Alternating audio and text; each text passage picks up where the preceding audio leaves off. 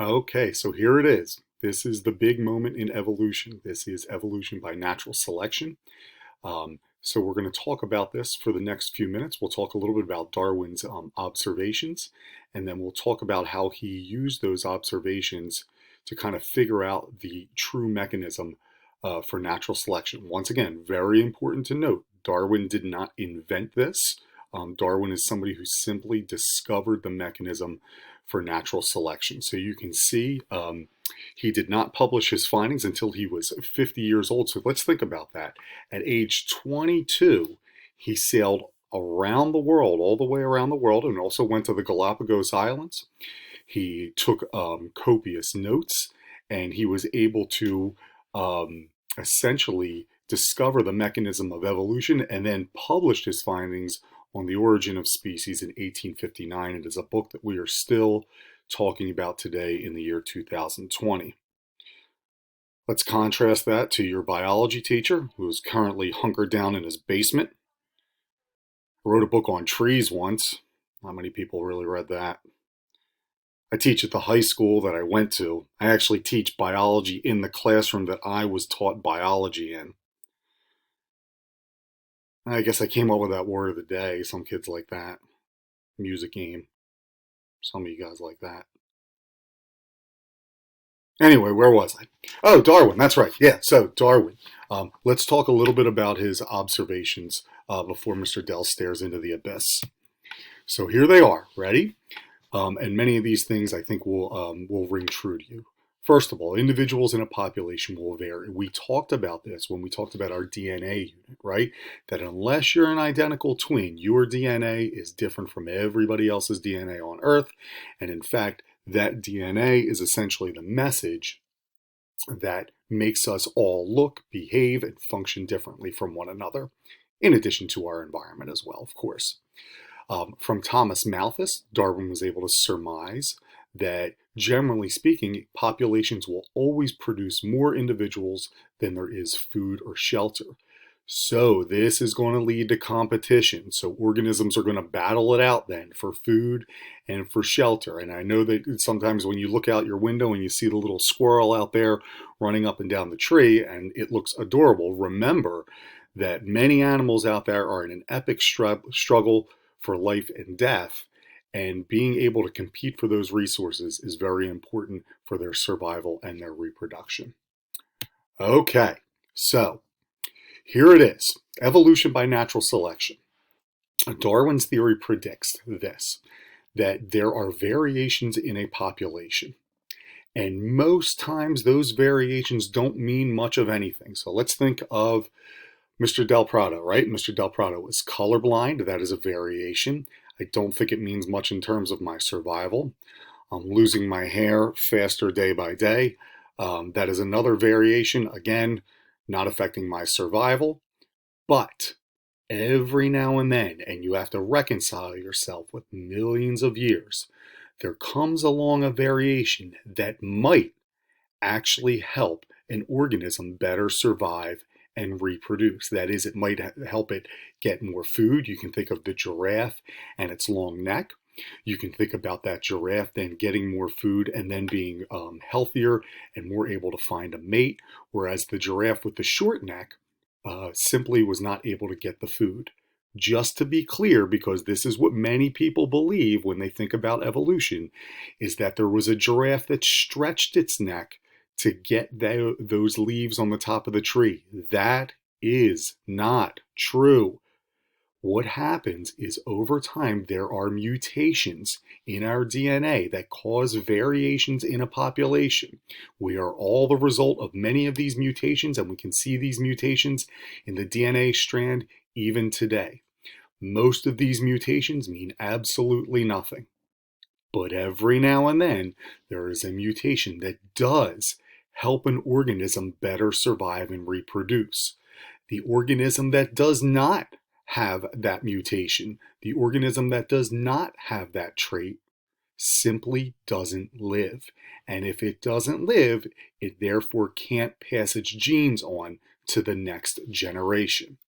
So the question then is, there's a twofold question here. One, where do we get these variations from? And then two, How does nature decide which variations get passed on? Answer to the first question. You should remember from our genetics unit and from our DNA unit, there are two ways in which we get variation in a population. One is from genetic mutations at the DNA level. That means an A bonds to a G instead of a T, or a G bonds to an A instead of a C. And what happens is that affects then the DNA strand, the messenger RNA strand, the codons, the anticodons, the amino acids, and the proteins that are made at the ribosome. Differences in DNA lead to differences in proteins. So one way in which we get variation is by genetic mutation. The other one, you'd have to go all the way back to cell division. And I hope that you remember mitosis and meiosis. I know some of you are grimacing right now. But do you remember during meiosis, during prophase 1, remember the chromosomes, they cross over one another? And when they do that, they actually exchange genetic information. Remember, this happens between homologous chromosomes in prophase 1. And when they exchange that genetic information, it actually jumbles up the DNA.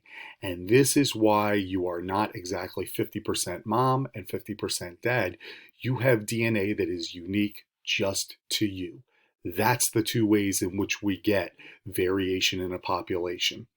Do not tell me on a test that we get variation in a population through natural selection. That is not true.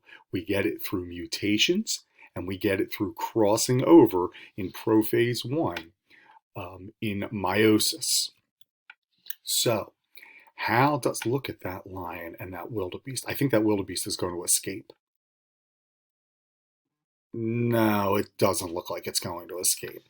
But here's the deal. It is the environment that determines what adaptations or what variations actually become adaptations and what variations are neutral or actually can be harmful to an organism. Let me give you an example. Think about the wings on a bird. The wings on a bird are very advantageous if you are an organism that is living on the side of a cliff. The wings of a bird are not very advantageous if you are living at the bottom of the ocean. So it is the habitat and the unique challenges that each habitat provides that kind of drives what variations are selected for and what variations are selected against. I don't want you to think that there is Mother Nature up there decreeing who lives and who dies. It's essentially the environment, and how species become adapted to their environment is going to determine whether they live or whether they don't. So within any population, there's always going to be lots and lots of variations. An adaptation is a variation that helps you better survive and reproduce. And in fact, if you look at all the animals in the world today, including humans, what we are is an accumulation of adaptations over time. Giraffe's long neck, wings on a bird, the human being's large brain. These are all the result of the accumulation of adaptations that have helped us better survive and reproduce over long periods of time. So here it is, for those of you guys who like to have it all organized for you.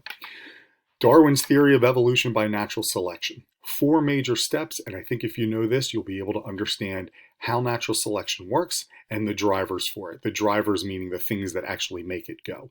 1, you have to have overproduction, because that overproduction, remember, is going to lead to competition, where organisms are competing for food, shelter, and other resources. Step 2, there must be variation. Right? Variation in a population just means that we are going to look different from one another. And that includes bacteria as well that can also have variations in them. And we'll talk about things like antibiotic resistant bacteria that have evolved resistance to antibiotics over the past 50 years. We'll talk about that.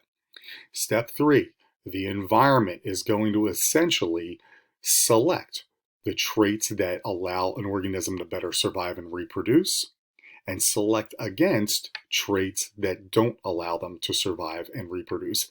And by what I mean By select against, I mean simply the organism dies. And if you're dead, you don't have a very good chance of surviving and reproducing.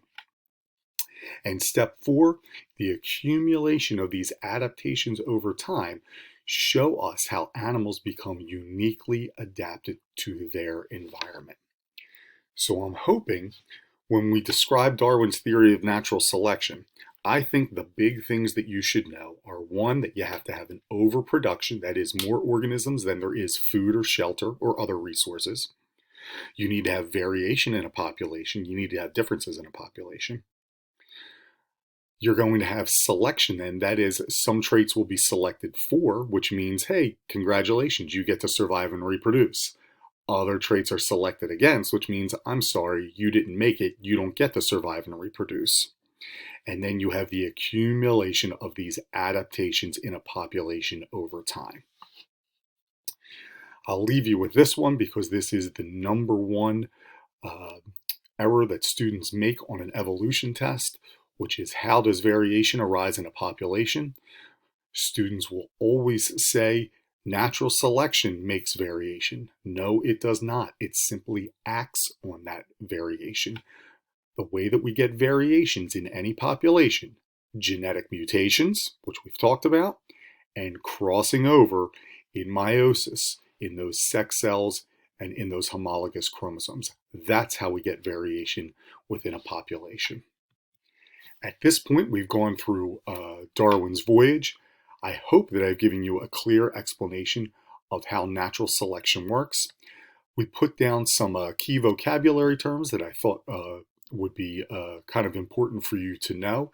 And we'll also try to give you guys some other resources to help you better understand the concept of natural selection. So until then, I hope to see you online, and feel free to email me with any questions that you have. Thanks a lot. Hope to hear from you soon.